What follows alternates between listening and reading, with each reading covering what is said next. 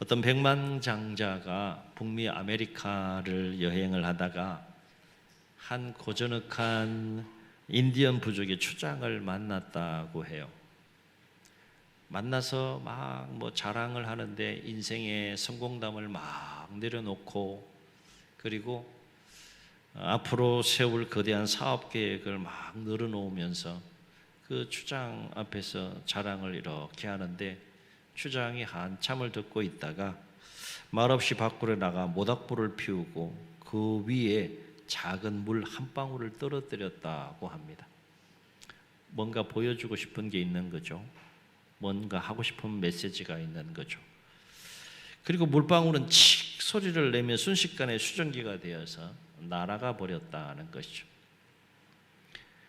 이때 추장은 백만장자를 바라보면서 조용히 이렇게 말했다고 합니다. 백인들의 삶은 저 불에 떨어진 물방울과 같습니다. 잠깐 반짝이다가 숨 한 번 내쉬는 사이에 사라지지요. 그런데 당신은 왜 그 짧은 순간을 위해서 그렇게 영원히 살 것처럼 아등바등합니까? 추장이 한 말이에요. 인생과 삶을 바라보는 깊이가 다릅니다. 차원이 다른 거죠. 생각의 사이즈가 다른 거예요. 마음의 사이즈가 다른 겁니다. 숨 한 번 내쉴 사이에 사라지는 물방울, 한 물방울과 같은 짧은 인생인데 뭘 그렇게 아등바등하면서 삶을 살아가느냐라고 하는 이 백만장자를 향한 추장의 이 메시지는 오늘을 살아가는 우리에게도 큰 교훈을 주는 또 메시지라 생각되어집니다. 우리가 하루하루 허락받아서 살아가는 이 삶의 여정, 이 인생을 어떻게 바라보며 삶을 살아가야 하는지에 대한 중요한 교훈을 주는 일화라고 볼 수 있습니다. 여러분은 인생을 어떻게 바라보면서 하루하루 삶을 살아가고 계신지요? 성경에서 가장 긴 책이 이사야입니다. 총 66장으로 되어져 있습니다. 66권을 압축해 놓은 듯한 66장으로 되어 있는 이사야는 내용을 크게 세 부분으로 나눌 수 있습니다. 1장부터 35장, 36장부터 39장, 40장부터 66장, 1부, 2부, 3부 이렇게 이제 내용이 구성되어 있는데 1장부터 35장의 내용은 하나님의 백성의 죄악과 그리고 그 주변 민족들의 죄악에 대한 심판 그리고 하나님의 회복에 대한 메시지가 쫙 나옵니다. 36장부터 39장의 내용은 당시 최강대국이었던 아수르의 그 사네립 왕이 남유다를 침공하고 있는 상황 속에서 당시 남유다의 왕이었던 히스기야 왕이 어떻게 대응했는지 그리고 그 이후의 치적은 어떠했는지에 대한 내용이 36장부터 39장에 나옵니다. 세 번째 마지막 단락 40장부터 66장에는 어떤 내용이 나오는가 하면 이사야 선지자 시대를 기준으로 해서 앞으로 150년 후에 일어날 일에 대한 상황 속에서 하나님께서 어떻게 하나님 백성들을 섭리하는지에 대한 내용이 나오는데 150년 후에는 바벨론이 남유다를 침공해서 하나님의 백성이 이방 땅 바벨론의 포로 생활을 하고 있는 상황 속에서 깊은 절망 가운데 빠져 있는 하나님의 백성들을 위로하시고 하나님이 정한 때가 되면 반드시 구원하시겠다라고 하는 구원의 메시지가 줄을 40장부터 66장에 쫙 이어집니다. 그 중에서 이 3부가 시작되는 40장 이 한 장도 세 부분으로 내용을 나눌 수 있는데 1절부터 11절의 내용은 바벨론 포로 가운데 있는 하나님 백성들을 하나님이 반드시 구원하시겠다는 약속의 말씀이 11절까지 나옵니다. 12절부터 26절까지의 내용은 그렇게 바벨론 포로 생활을 하고 있는 하나님의 백성들을 구원하신 하나님은 결코 무능한 하나님이 아니다. 그 하나님은 참으로 위대한 하나님이시다라고 하는 하나님의 위대함과 하나님의 능력에 대해서 쫙 소개를 합니다. 그리고 27절부터 마지막 31절까지는 그렇기 때문에 그러한 하나님을 더 의지하고 낙심하지 말고 비록 포로 생활 가운데 있지만 절망하지 말고 오직 하나님을 바라보는 삶을 살아야 된다라는 근면의 내용이 마지막 내용에 담겨 있습니다. 그 중에서 오늘 말씀 1절과 2절을 보면 하나님은 선지자로 하여금 죄로 말미암아서 바벨론에서 포로 생활을 해야 했던 그 하나님의 백성들을 향하여 이제 하나님의 징계가 끝났다는 것, 그리고 내 백성을 위로하라라고 하는 메시지를 전하라고 명령하는 장면이 나와요. 그리고 3절로 5절에서는 외치는 자의 소리로 하여금 선민을 구원하기 위해서 임재하시는 하나님의 영광의 길을 예비하라라고 명령하는 장면이 나옵니다. 그리고 오늘 우리가 읽은 본문 6절부터 8절의 내용은 모든 육체를 향한 하나님의 절대적인 주권, 그리고 하나님의 말씀의 영원성에 대해서 언급하는 것을 보게 됩니다. 물론 오늘 말씀에서 풀이라는 단어가 나옵니다. 모든 육체를 풀에 비유하는데 1차적으로 이 풀은 무엇을 의미하는가 하면 당시 고대 근동의 최강대국이었던 바벨론 제국을 의미하는 것이고, 꽃은 무엇을 의미하는가 하면 그 바벨론 제국의 부귀와 영화를 의미하는 겁니다. 결국 하나님의 절대적인 주권 아래에서 바벨론은 멸망하게 될 거다. 그러니까 그 하나님께 소망을 두고 그 하나님 의지하며 여러분 살아야 된다라는 이런 메시지가 기본적으로 이제 1차적인 그 전하고자 하는 메시지가 되겠고, 동시에 이 풀은 말씀 그대로 모든 육체를 말하고 꽃은 모든 육체가 삶을 살면서 누리게 되는 부귀와 영화를 의미하는 것이라고 할 수 있습니다. 자, 그렇다면 하나님께서 오늘 말씀에서 모든 육체는 풀이다, 풀과 같다 라고 말씀하시면서 우리 인생에 대해서 강조하시고 싶은 게 뭐냐? 모든 육체가 풀임을 비유하면서 하나님이 인생에 대해서 오늘 세 가지를 강조하는 것을 보게 돼요. 첫째는 인생은 지극히 짧다. 어떻게 짧다고요? 지극히 짧다. 길게 느껴질지 모르지만 체감되어지는, 우리가 하루하루 삶을 살아가는 그 여정 속에 인생이 굉장히 길게 느껴질지 모르지만 실상은 굉장히 짧다. 인생은 영원하지 않다는 거예요. 문제는 인생이 짧게 느껴지지 않기 때문에 문제인 것이죠. 성경은 인생이 정말 너무너무 짧다는 것을 계속해서 우리에게 반복해서 강조하고 또 말씀하는 것을 보게 됩니다. 그래서 하나님은 오늘 말씀에서 우리의 인생을 풀에 비유하면서 마치 풀이 금방 마르는 것과 같아. 그것이 우리의 인생이다 라고 말씀하시는 거죠. 다른 본문을 통해서 우리의 인생이 지극히 짧음에 대해서 성경이 또 가르치고 있는 부분을 보게 되는데, 신약성경 야고보서 4장 14절에서 야고보는 인생의 짧음에 대해서 이렇게 말합니다.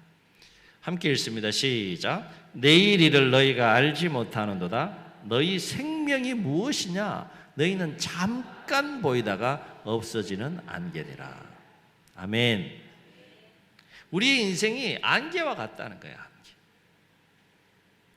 안개. 느낌이 좀 이렇게 와야 되는데 무슨 안개입니까? 지겨워 죽겠는데 그렇게 느껴질 수 있어요. 근데 성경은 얘기해요.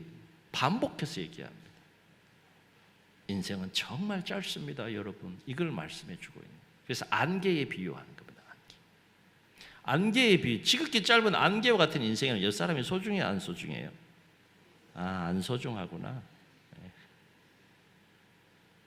훅 지나가는 그것이 인생이다. 다윗은요 시편 39편 4절로 5절에서 인생의 짧음에 대해서 이렇게 노래합니다. 함께 읽습니다. 시작. 여호와여 나의 종말과 연한이 언제까지인지 알게 하사 내가 나의 연약함을 알게 하소서. 주께서 나의 날을 한 뼘 길이만큼 되게 하시매 나의 인생이 주 앞에는 없는 것 같사오니 사람은 그가 든든히 서 있는 때에도 진실로 모두가 허사뿐이다. 인생이 한 뼘 길이 같은 것이 우리 인생이다. 하나님 보시기엔 아직 없는 것처럼 보인다는 거예요. 그리고 다윗은 시편 144편 4절에서 또 이렇게 노래해요. 함께 읽습니다. 시작. 사람은 헛것 같고 그의 날은 지나가는 그림자 같으니이다. 계속 뭘 강조하는 거예요? 인생은 정말 짧다. 이걸 강조하는 거예요. 한마디로 우리는 인생을 길게, 매우 길게 생각하며 하루하루 삶을 살고 있을지 모르겠지만 성경은 우리의 인생이 정말 지극히 짧음을 계속해서 거듭 강조하는 것을 보게 됩니다. 그런데 그 짧은 인생 속에 뭐가 있는 거예요? 희노애락이 막 담겨 있는 거죠. 그러므로 인생이 지극히 짧기 때문에 그 짧은 인생이 어떻다는 거예요? 소중하다는 거예요. 소중하게 대하면서 하루하루 삶을 살아야 된다는 거예요. 짧기 때문에 참된 진리 안에서 삶을 살아야 된다는 거예요. 짧기 때문에 방탕한 삶을 살면 안 된다는 거예요. 지극히 짧기 때문에 그 짧은 인생을 살아가면서 우리가 이 짧은 인생에 너무 집착하거나 이 짧은 인생에 소망을 두며 살지 말라라고 하는 메시지가 그 속에 담겨 있는 거죠. 예, 하나님께서 허락해 주신 하루하루를 최선을 다해 사셔야 됩니다. 하나님을 알지 못하는 사람보다 더 열심히 사셔야 됩니다. 정직하게 성실하게 수고하고 땀 흘려 살아야 됩니다. 그런데 인생이 어떠한가에 대해서 알고 그렇게 살아야 된다. 알고 살아야 된다. 두 번째, 하나님께서 모든 육체를 풀에 비유하면서 인생에 대해 강조하는 건 뭔가 하면 인생은 허무하다. 이거 강조해요. 왜냐하면 사람들은 누구나 자신이 얻고자 하는 것을 얻기 위해서 눈이 충혈될 정도로 24시간이 모자랄 정도로 수고하고 땀을 흘려 열심히 역사하지만 결국 인생의 끝자락의 시간을 만나게 될 것이고 그 끝자락의 시간에서는 모든 것을 어떻게 해요? 다 내려놓고 빈손으로 떠나야 하기 때문에 인생은 허무하다라고 하는 겁니다. 그래서 오늘 말씀에서 하나님은 이러한 인생의 허무함을 무엇에 비유하는가 하면 꽃에 비유해요. 꽃이 아름다워요? 안 아름다워요? 꽃을 보고도 아름다움을 못 느끼면 점검하셔야 돼요. 하여튼 꽃이 아름다워. 근데 아름다움의 시간이 얼마나 걸려요? 짧아요? 그 아름다운 꽃을 좀 오랫동안 보면 얼마나 좋겠어. 그런데 그 꽃의 아름다움은 정말 그 기간 동안은 피어있는 그 기간 동안 정말 아름답지만 그 기간이 너무 짧다. 꽃이 쉽게 그 아름다움이 금방 시들어 버리는 것처럼 우리의 인생에서 우리가 누리는 수고하여 땀 흘려 얻어서 누리는 부귀의 영화도 이와 같다. 그걸 깨닫고 부귀와 영화를 누릴 수 있어야 된다는 거예요. 그래서 시편의 시인은 시편 90편 10절에서 뭐라고 노래했는가 하면 우리가 잘 아는 말씀이에요. 함께 읽습니다. 시작. 우리의 연수가 70이요 강건하면 80이라도 그 연수의 자랑은 수고와 슬픔뿐이요 신속해 가니 우리가 날아가나이다 그랬어요. 저 구절은 이제 조금 우리 시대엔 좀 바뀌어야 되겠죠. 우리의 연수가 90이요 강건하면 100이라도 이렇게 바뀌어야 되겠죠. 100년이 됐든 요즘 100세가 넘는 분들이 TV에 좀 이렇게 자주 나오는 걸 보게 돼요. 하여튼 100년이 넘는 세월을 살마다 짧다. 그런데 그 짧은 인생에서 우리가 자랑할 것이 뭔가 하면 평생 수고했다는 걸 자랑하는 것이고 그 인생 끝자락에서 죽음 앞에서 슬픔을 맞이해야 되는 것이 우리의 자랑이다. 그게 인생이다. 그런데 그 인생이 짧은 인생이 어떻게 된다는 거예요? 막 신속히 가는데 어떻게 간다고? 우리 다음 세대는 이거 잘 못 느낄 거예요. 저도 70대, 80대 우리 권사님들, 우리 장로님들이 그 시대의 그 연령대에서만 느낄 수 있는 그 일들을 얘기하면 그냥 그런가 보다. 그렇지, 정말 막 가슴 깊이 막 공감하고 그러지 못할 때가 있어요. 어쨌든 막 그 짧은 인생인데 그 짧은 인생도 어떻게 간다고요? 신속히 가는데 막 날아간다 그랬어요. 그리고 세상의 모든 부귀와 모든 영화를 인류 역사상 가장 풍성하게 누렸다라고 할 수 있는 솔로몬이요, 인생을 다 살고 인생 끝자락에서 전도서라고 하는 그 지혜서를 이제 글을 쓰게 되는데 전도서를 시작하면서 그 솔로몬의 1장 2절에서 이렇게 고백합니다. 우리 함께 읽습니다. 시작. 전도자가 이르되 헛되고 헛되며 헛되고 헛되니 모든 것이 헛되도다. 헛되다는 말이 몇 번 나와요? 제가 얘기 가르치잖아요. 몇 번 나온다고? 한 구절에요. 그것도 전도서를 시작하면서 그 짧은 한 구절에 5번 나온다. 3번도 많은데 5번 나온다. 누가 저렇게 고백하는 겁니까? 솔로몬이 고백한다는 거예요.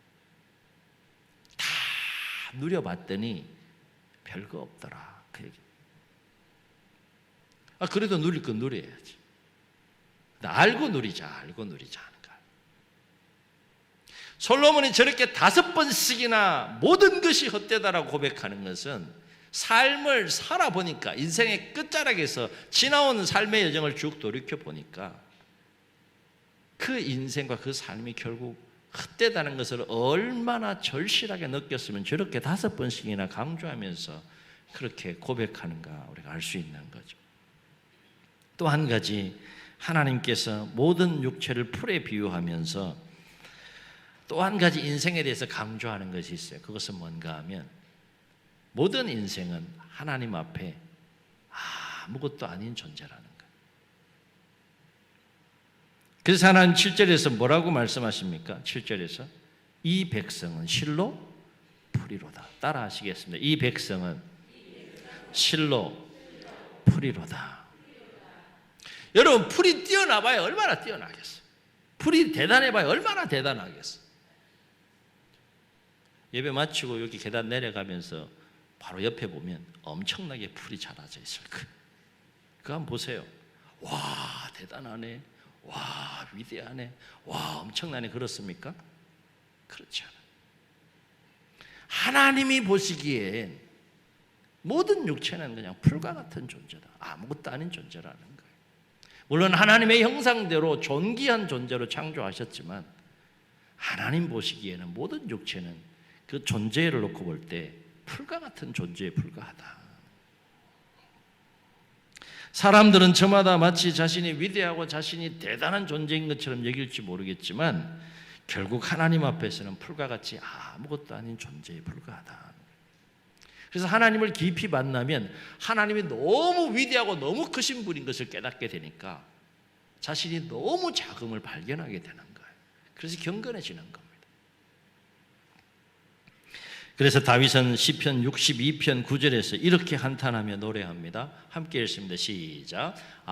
슬프도다. 사람은 입김이며 인생도 속임수니 저울에 달면 그들은 입김보다 가벼우리로다. 입김이 무게가 있어요? 아니, 있겠지. 있긴 있겠지. 그죠? 근데 저울에 달면 아예 그 무게조차도 가늠할 수 없을 만큼 가벼운. 인생이 그렇다. 인생이 그렇다. 그러므로 사람은 자신이 하나님 앞에서 얼마나 작은 존재인지를 깊이 깨닫고 하나님이 허락해 주신 하루하루의 삶을 겸손함으로 살아갈 수 있어야 한다는 거예요. 그렇다면 왜 하나님은 인생을 풀에 비유하면서 인생은 지극히 짧은 거라고 말씀하시고 인생은 허무한 것이라고 말씀하시고 그리고 인생은 지극히 작은 존재라고 하는 것을 이렇게 강조하시면서 말씀하시는 건가? 이유가 있어요. 이유가. 그것은 그렇기 때문에 인생은 짧고 허무하고 지극히 작은 존재이기 때문에 그렇기 때문에 낙심하거나 절망하지 말고 오히려 더 하나님을 의지하고 오히려 더 하나님께 소망을 두고 살아야 된다. 이 말씀을 하시고 싶은 거예요. 아멘. 깨닫는 은혜가 있기를 주의 이름으로 축원합니다.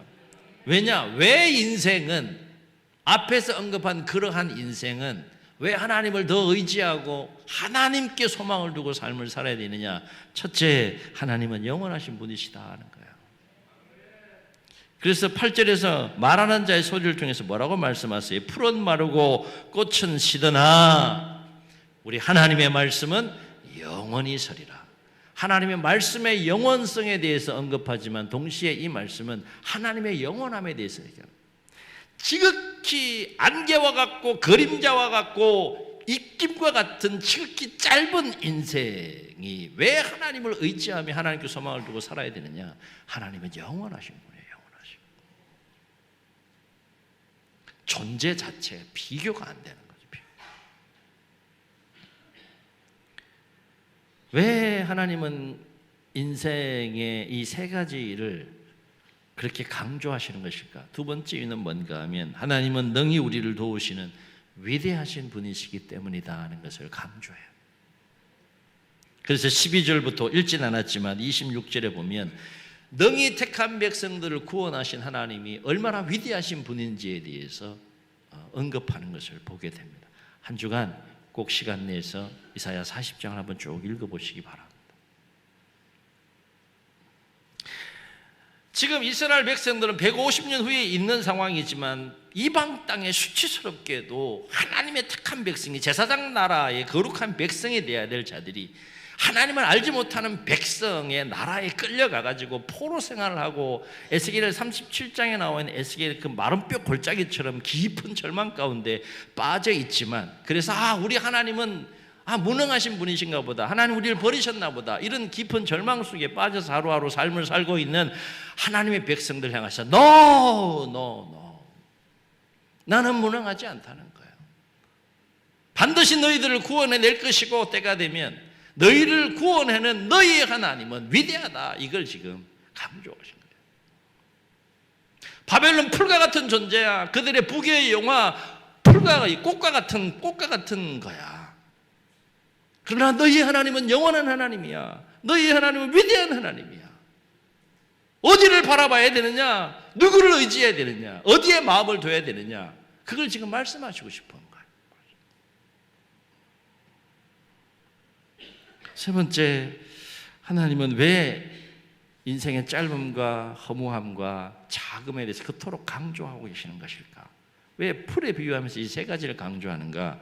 하나님은 우리의 삶을 주관하시는 분이시기 때문에 하나님을 의지해야 된다는 거예요. 하나님께 소망을 둬야 된다는 거예요. 아멘. 다시 말해 하나님은 우리의 인생뿐만 아니라 영생까지 주관하고 다시는 분이시기 때문에 짧은 인생, 허무한 인생, 아무것도 아닌 인생이 더 하나님 의지하고 하나님께 소망을 두고 삶을 살아야 된다. 왜? 내 삶이, 내 인생뿐만 아니라 나의 영생이 하나님의 손에 있다면 그 하나님께 소망을 두고 하나님 의지하며 살아야 된다. 주어진 삶의 상황이 어떠하든지 간에 하나님 바라보라는 거예요. 하나님 의지하라는 거예요. 하나님께 소망을 두라는 거예요. 그게 하나님의 백성의 삶이라는 거예요. 아멘. 그래서 7절로 8절에서 하나님 이렇게 말씀하십니다. 우리 함께 7절 8절 함께 읽습니다. 시작. 풀은 마르고 꽃이 시드면 이유가 어디 있다는 거예요. 여호와의 기운이 그 위에 불미라. 이 백성은 뭘로? 실로 풀이로다. 풀은 마르고 꽃은 시드나 우리 하나님의 말씀은 영원히 서리라. 영원하신 하나님, 위대하신 하나님, 우리의 삶을 주관하신 하나님을 바라보고 의지하라는 거예요. 그래서 시편의 시인은 모든 인생이 하나님의 주권 아래 있음을 이렇게 노래합니다. 시편 104편 28절 29절 함께 읽습니다. 시작. 주께서 주신 적 그들이 받으며 주께서 손을 펴신 적 그들이 좋은 것으로 만족하더라. 주께서 낯을 숨기신 적 그들이 떨고 주께서 그들의 호흡을 거두신 적 그들은 죽어 먼지로 돌아가나니. 이것이 인생이다. 그렇습니다. 인생은 긴 것처럼 여겨질지 모르나 지극히 짧다라고 하는 거예요. 모든 것을 소유할 수 있을 것 같으나 결국에는 빈손으로 돌아갈 수밖에 없는 것이 인생이라는 거예요. 지극히 위대하고 대단한 존재 같으나 실상은 하나님 앞에 우리는 아무것도 아닌 존재라는 거예요. 그래서 하나님은 오늘 우리 모두에게 이렇게 말씀하십니다. 이 백성은 실로 풀이로다. 한번 따라 하시겠습니다. 이 백성은 실로 풀이로다. 여러분이 풀이라는 거예요. 풀. 그걸 기억하고 살 때 하루하루 삶이 얼마나 소중하고 얼마나 귀하고 하나님의 백성으로 이 짧은 인생을 어떻게 살아가야 하는지 깨닫고 경건하게 승리하는 삶을 살아갈 수 있다. 하는 것입니다. 바로아프기는 인생에 대한 이러한 진리를 깊이 깨닫고 우리의 삶이 영원하신 하나님, 위대하신 하나님, 우리의 삶을 주관하신 하나님을 더욱더 의지하고 그 하나님께 소망을 두고 날마다 승리하는 우리 모두가 되시기를 예수님의 이름으로 축복합니다. 축복합니다. 우리 말씀을 기억하시면서 함께 찬양하시고 통성으로 우리 기도하시겠습니다.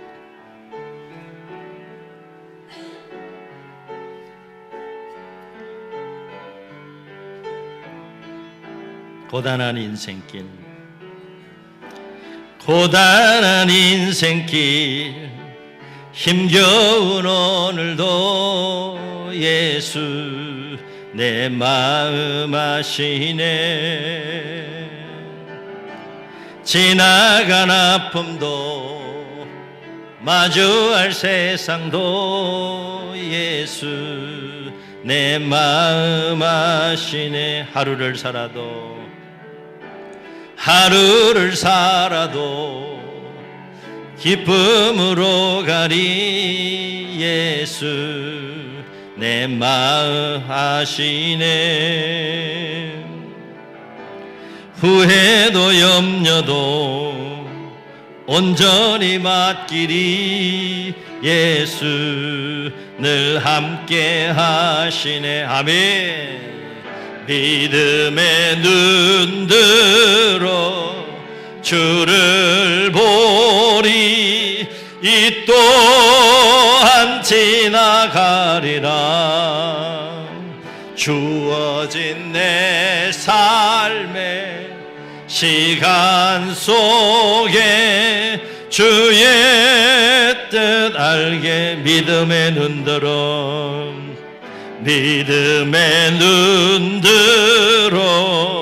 주를 보리 이 또한 지나가리라.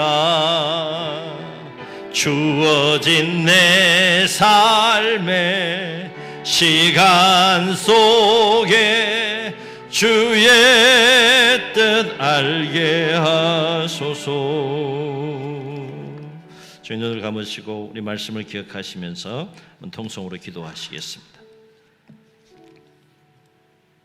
우리는 우리 자신에 대하여 때로는 큰 자로 대단하고 위대한 존재로 여기며 삶을 살아갈지 몰라도 하나님은 우리에게 이렇게 말씀하십니다. 너는 풀이다. 태양의 기운 앞에서 쉬 마르고 시들어버리는 풀과 같은 존재다 말씀하십니다.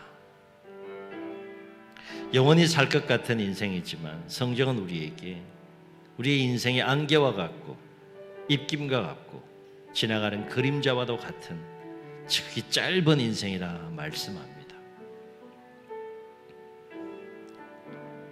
하나님께서 허락해 주신 하루하루의 삶을 우리는 어떻게 살아가야 하는지 오늘 말씀이 거울이 되고 진리가 되고 도전이 되면 좋겠습니다.